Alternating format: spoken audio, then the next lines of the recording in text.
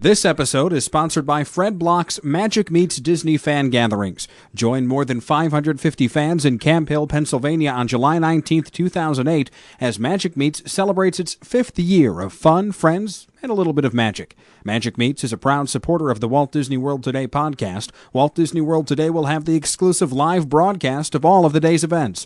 For more information, please visit www.magicmeets.com. This is Walt Disney World Today. Give us 5 minutes and we'll give you the world. It's Monday, February 11th, 2008, and this is episode 368 of Walt Disney World Today. I'm Matt Hochberg from StudioEssential.com. On the show today, we have Mike Newell of Mouse World Radio. Hi, Mike. I'm going to fill in for Len again tonight. Oh, is he How's drunk it going, again? Matt? I mean, is he out? Is he busy again tonight? I think he's getting his hair cut tonight. His haircut? Okay. Also on the show, we have Mike Scopa of All Ears Net. Welcome, Mike.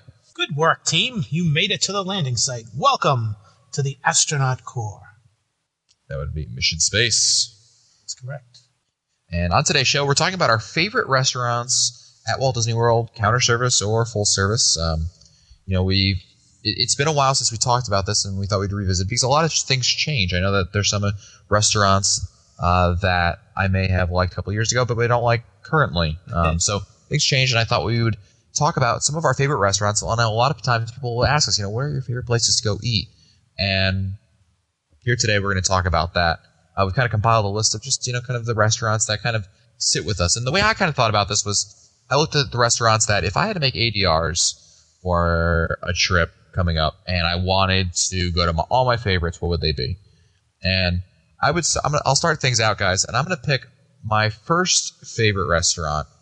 I'm going to go with is Teppan Edo, formerly Mitsukoshi Teppanyaki. Yeah, this is of course in the Japan Pavilion. I love hibachi style dining, and I think Disney does a great job with it. I've always been pleased with the food over here. It's become unfortunately very hard to get a reservation over here, but at the same time I really enjoy the food.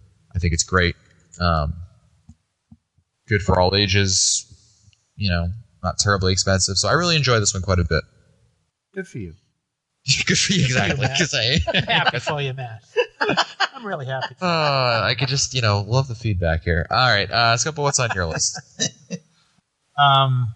The first one that comes to mind it's really funny. It's Trails End, and there's a reason for that. I to this day I think it's the best deal on the property. I think that you get good value for the food that's there, regardless of whether you go breakfast, lunch, or dinner. The other thing I like about it is that it gives you a chance to get away from the hustle and bustle of the parks, and you can, spend some time in the Magic Kingdom, take a boat over to Fort Wilderness, and really enjoy a nice, quiet meal, and then go back. I mean, I just think that it's one of those places where, it's like right at the top of my list. It may not be the fanciest restaurant there. It may not have the best food, but if you take everything into consideration, value for your money, and where it is, the atmosphere, I don't think it can be beat. So Trails End is number one. Oh, I agree. I know that when we started this podcast, I had no idea that the restaurant even existed. And since then, I've been to Trails End, I think 2 or 3 times now. And first of all, you're absolutely right, Mike, about the value. You can't beat it. And, they have really good food over there. It's not the largest selection of a buffet out there. And, of course, we should mention it's at Fort Wilderness for those who are unaware. But I think the food that they do have is great. Great. The carving station, the chili, and the cornbread. That's all I need. And there's still plenty of other choices over there. Those are my favorite entrees over there. And I think it really is fantastic. I agree with you, Mike. Mm-hmm. Mr. Newell? Mr. Newell?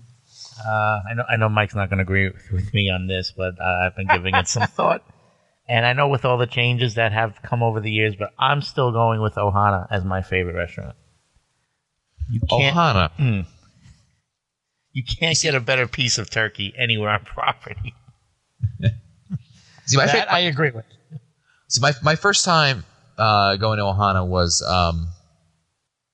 my first time eating. Are you talking about dinner or breakfast or yeah, both? No, dinner. Dinner exclusive. Okay. Yeah, my first time eating dinner there was at MouseFest 2007, and I know that. Really? Yeah, That was your first time. Oh, so you don't know what you're missing. Yeah, see, that's the thing I was getting at. The thing with Ohana, for those who don't know, it seems to me that the people who hate Ohana are the ones that have been there in the past and loved it, and then have, as a result, not enjoyed the menu changes. Those of us like myself who just came there the first time think it wasn't that bad at all, especially when Len picks up the bill. I mean, I enjoyed it, but I've heard from people, and I think, Mike, Scopa, you're about to chime in on this, that you're not the biggest fan of it because you remember how it used to be. I think that's the thing.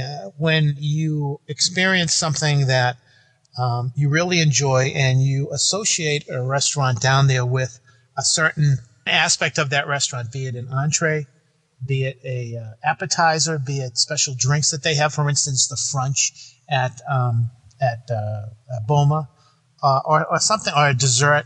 It's like you don't want that to change. When you go down there for vacation, you want to have something that you can rely on, and they changed it drastically, and I mean drastically, to the point where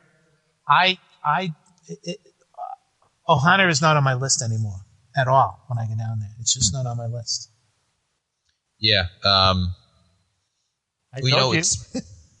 Go ahead, Newell. I told you he would disagree. Well, Mike, when is the first time?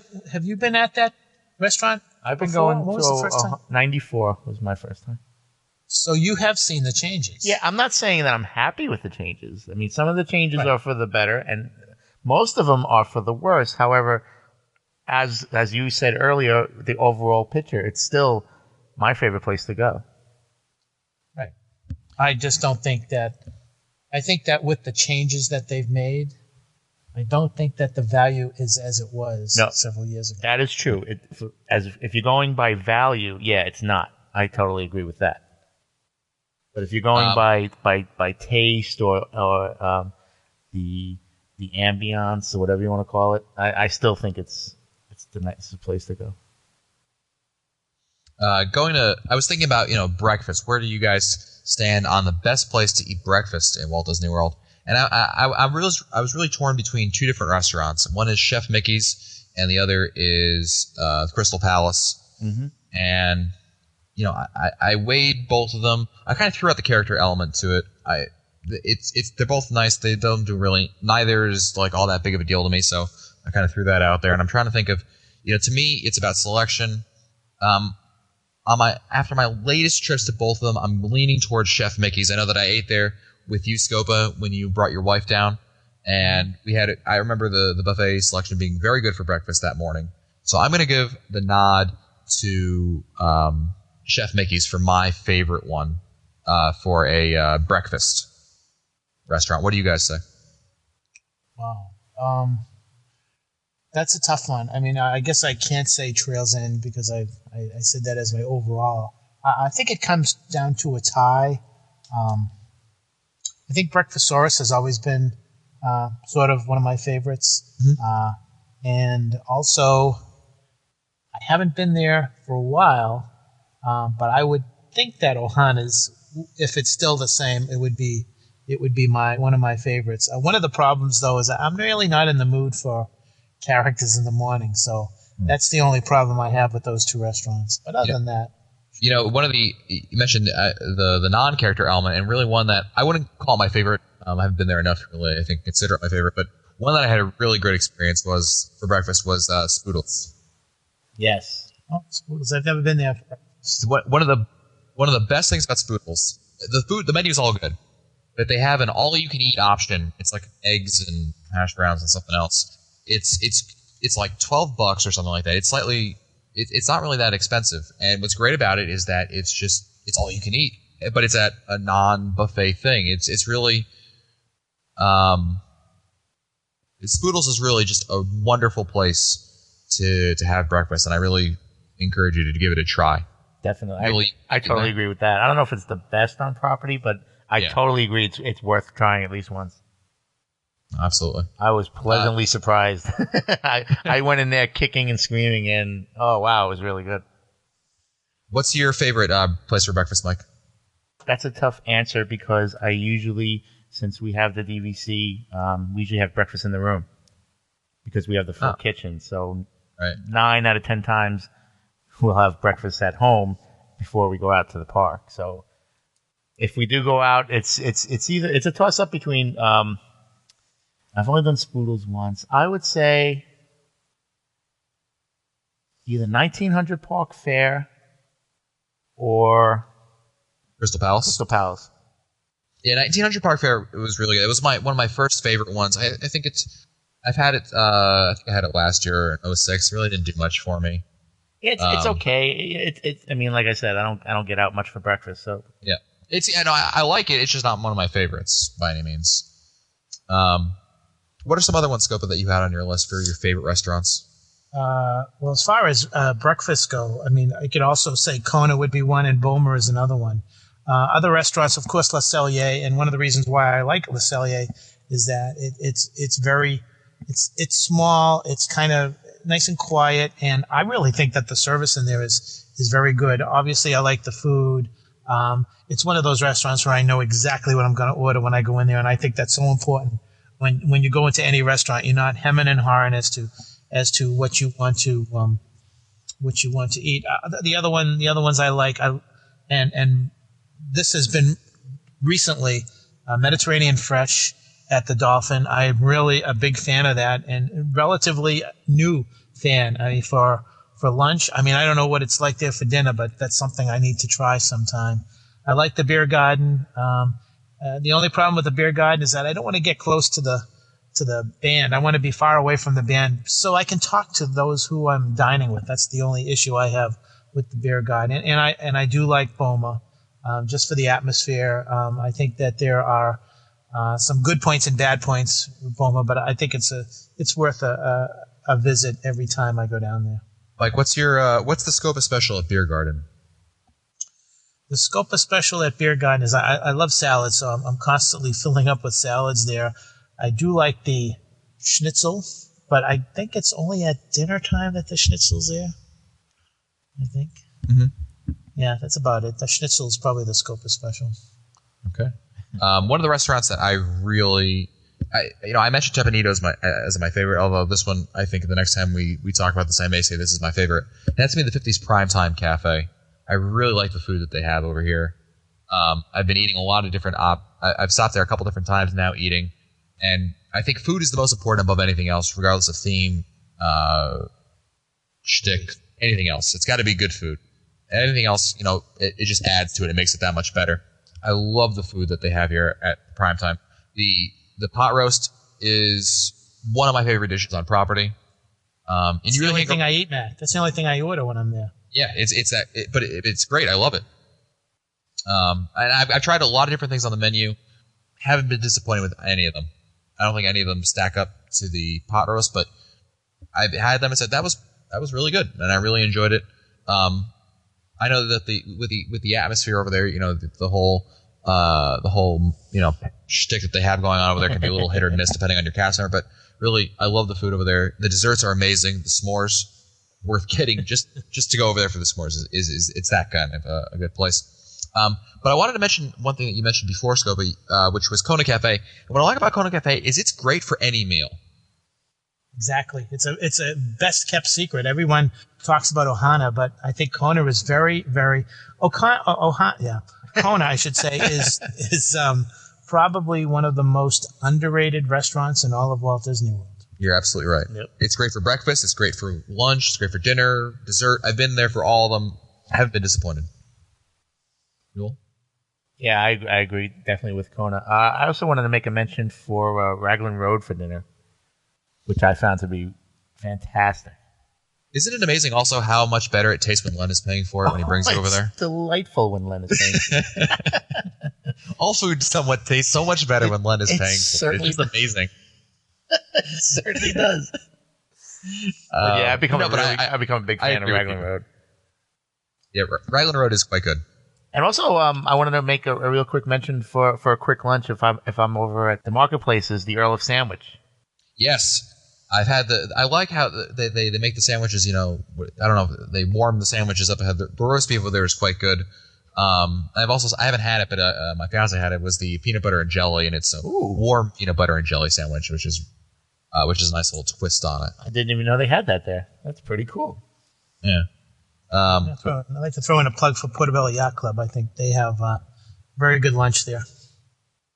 Yeah, where did? No, we had the Newell and I. When we were eating at one of the bars. We weren't eating. We were drinking at one of the bars in the yacht club. And didn't we have the menu from Portobello? That's right, we did. And I think all we had was the chips that came from there. But those chips were very good. They were good chips. They were good chips. And you know the drinks there taste better when someone else is buying them too. That's right. It's amazing how that happens. It's weird. I wanted all you guys also to mention, if you could pick, it isn't your favorite restaurant, but it's a restaurant that's popped up on your radar, let's say somewhat recently, and it's quickly become not necessarily the favorite, but it's become a favorite of yours, something that you're keeping your eye on and you want to go back again because that first time you were there it was that good. I'll give you guys some time to think, because I've been thinking about this before. My pick is gonna be the Turf Club and Grill restaurant at Saratoga Springs. I had the prime rib. If you go there, the prime rib was amazing. I don't know what they did to it. It was just well seasoned, very well. It was the best prime rib I've had in years. And they also had the onion rings, which you have to have. Newell, you and I have to go there sometime because these onion rings are just like, we could just order like 4 of them and that could be our meal right there. You know what I mean? It was that good. I'll book the next flight. There you go. I'm down. Scopo, what's a restaurant that's on your radar? Kind of the restaurant to watch. Well, I'm not sure if I'd call this a restaurant, Matt, but I didn't want to mention. I would have mentioned Fresh, but I'm going to mention another one. This happened at Mousefest. I was at Epcot, and it was a weekend night. It was like Saturday or Sunday or whatever, and must have been Sunday. No, it must have been Monday. And I was talking to a friend, and my friend said, "Well, where are you gonna eat?" And I said, "Well, I'm here in Epcot and the restaurants, blah blah, by myself." And the suggestion was to go to the Tangerine Cafe in Morocco.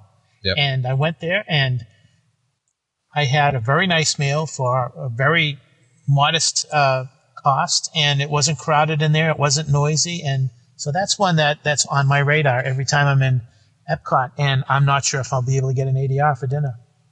Yeah, it's a great option. I've been there. I've eaten there 2 or 3 times now.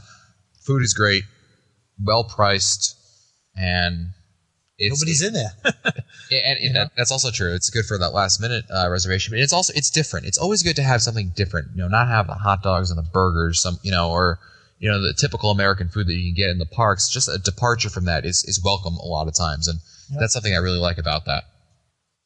Newell, what's one on your radar? And don't say the revisions to Nine Dragons. I can't wait for that to reopen. Actually, it's still open. My friend Jason just came back. Hey, Jason. And he said it was still open. It's still going. So that's good to know. I'm going to mention 2 really quick. Gico is one of them. I had dinner down there this past August, which was unbelievable. And I'm also going to mention Artist Point as well. That's another one I really would like to go back to. I've been meaning to go there. What'd you have over there that was good? The buffalo. Oh, endangered species. I like where you're going. I was a little frightened at first, but it really, really was good. Is it buffalo or like buffalo chicken? No, it's buffalo. As in, all right, so not the city, like real buffalo. Nothing like that. No, it's not spicy. It's not red. Well, if you get it rare, it is. But it doesn't come with valve with some cinnamon that serve it. And some celery. No. Some celery. No, nothing like that. That's right. How can I forget the celery? Yeah, but those 2 places, Gico, we had a wonderful time too. Really nice place. I've been meaning to get to Artist Point, and that's definitely a place that I would like to try. Definitely check that out. Time for one last recommendation from each of us. I'll throw in my other favorite, Mama Melrose at the Studios. I think it's underrated Italian. Now that Alfredo's is gone, and the replacement over there in Italy is a bit expensive, to say the least. I think it's the best option for Italian food in Walt Disney World. Not really a big fan of Tony's and the Magic Kingdom. So Mama Melrose is certainly one that I try to always check to see if there's an ADR available for. Scopa? Best advice I can give everybody, if you are coming back late from the parks and you're staying in the Epcot resorts around there and you're hungry, and it's about 11, 12, or 1 o'clock, I'd stop in at Peekaboo's at the Peekaboo Buffeteria at the Dolphin Hotel. That's a place that'll always be in the back of my mind as it gets late at night and I'm hungry. And Mr. Newell. I'm really going to quickly say Pecos Bill over at Magic Kingdom. Real quick lunch. Can't beat it. Oh, absolutely. And I hear the cheese sauce is back. It is. It is. That's also credit to Jason. He told me that cheese sauce was back. He gave you the full dining report. Absolutely. Very nice. Well, that's it for us today. If you want to find our older episodes, read our show notes, or send us your comment, visit the Walt Disney World Today website at wdwtoday.com. For Len Testa, Mike Scopa, and Mike Newell, I'm Matt Hochberg. We'll see you on the next show. This has been a production of Mouse World Radio. This episode is sponsored by Fred Block's Magic Meets Disney Fan Gatherings. Join more than 550 fans in Camp Hill, Pennsylvania on July 19, 2008, as Magic Meets celebrates its 5th year of fun, friends, and a little bit of magic. Magic Meets is a proud supporter of the Walt Disney World Today podcast. Walt Disney World Today will have the exclusive live broadcast of all of the day's events. For more information, please visit www.magicmeets.com.